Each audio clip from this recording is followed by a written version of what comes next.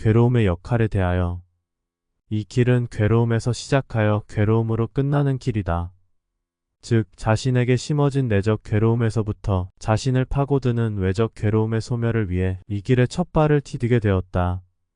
또한 궁극에는 괴로움의 소멸은 자신이 존재하는 한은 온전한 소멸에 이를 수 없으며 영원히 괴로움과 함께한다는 것을 알아가는 과정이다. 만약 인과와 윤회가 정말로 없는 것이라면 괴로움도 하나의 놀이에 지나지 않는다. 그러나 인과와 윤회가 실제로 존재한다면 상황은 매우 심각해진다. 끝없는 시작과 끝의 순환은 망각을 통하여 이번이 처음 시작이라는 희망과 열정을 요구한다. 그 속에서 괴로움은 끝없이 소멸하지만 언제 어느 때고 갑자기 들이닥치는 것이 괴로움이다. 이런 상태에서 벗어나려고 불교적 수행을 통하여 공성적 시야를 키우는 것은 당연해진다. 그러나 공성적 시야를 주에 깊게 의심하여 들여다보면 현실의 표면적 현상에 만족하고 있는 자신을 발견하게 된다. 아름다운 것은 더욱 아름다워 보이며 맛있는 것은 더욱 맛있어지고 감촉은 더욱 생생해지며 자연 자체가 있는 그대로 여여하다. 모든 것이 있는 그대로 완벽함이기에 털끝 하나 고칠 것이 없게 된다. 또한 그 어떤 것도 애착이 사라져서 무의미해지고 영원한 것은 없기에 텅 빈 무상함만 있게 된다. 이렇게 상반된 이중성의 공성은 표면적 현상에 불과하다. 즉, 불성과 무상이 그대로 공성 속에 남아 있습니다. 결국 공성조차도 존재의 표면적 현상에 속은 것이다. 이런 오류를 범하는 이유는 존재의 내재적 이치와 원리를 알기란 매우 어려우며 알려는 노력이 부족하여 모르기 때문이다. 선지자는 그 누구도 볼 수 없는 것을 보고 존재의 이치와 원리를 알려주는 역할을 해야 한다.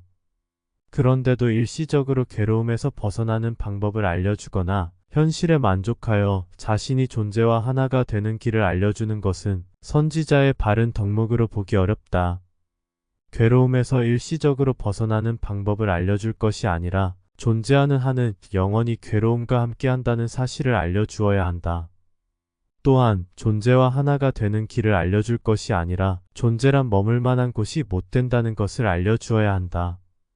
이러한 사실들이 하나둘 깨침으로 다가오고 자신과 하나가 되어 존재하려는 미련이 온전히 사라지면 견고한 제망의 그물인 제석천이 하늘 위에 펼쳐놓은 촘촘한 그물을 벗어날 한 가닥 희망이 생기는 것이다.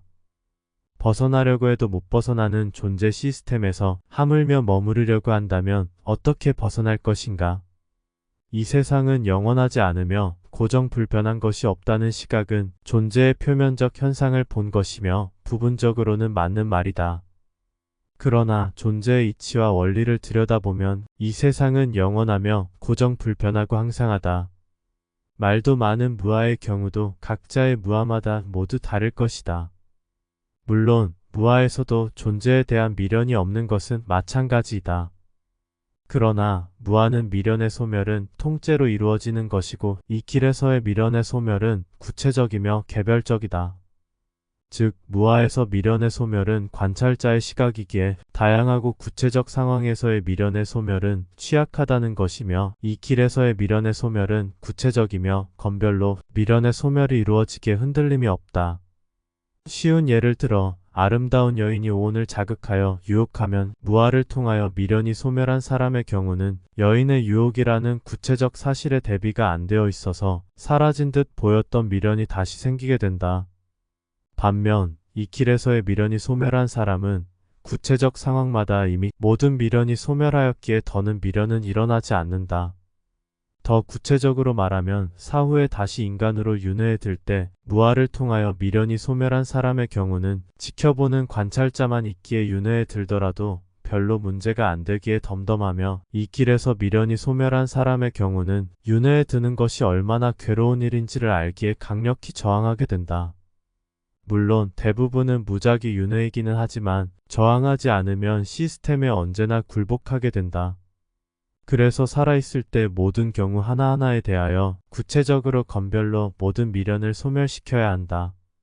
결국 통째로 미련을 소멸시키는 무아와 같은 방법은 시스템의 티테릴에 매번 당하고 만다. 즉, 먹는 것도 아니며 잠자는 것도 아니며 숨 쉬는 것도 아니고 일상의 모든 각각의 상황이 아니며 싫어야 한다. 이렇게 되면 괴로움은 만연해져 온 천지에 가득하게 되어 존재한다는 것은 괴로움이라는 확신하게 된다. 그런데도 텅 빈 공성은 자신의 바탕에 깊이 깔려 있으니 그런 다양한 괴로움은 괴로움일 뿐 마음은 흔들리지 않는다. 존재 시스템에 갇힌 자신을 보는 것이 제일 중요한 깨침이다. 각자마다 때가 있는지라 대부분은 참고 정도만 하면 그만이다. 그러나 누군가 때에 이르렀음에도 아직 시스템에 갇혀서 각성이 안 된 사람에게는 큰 도움이 될 것이다. 모든 종교는 맛과 향이 조금씩 다르지만 하나이다. 비유하자면 사막에서 지쳤을 때 목을 축이는 오아시스가 종교이며 종교에 맹신하지 말고 자신만의 진리를 탐구하여야 한다. 괴로움이 없다면 깨칠 수 없다. 미련의 소멸은 괴로움의 크기와 정비례한다. 괴로움이 없는 깨침은 일상적 깨침에 불과하다.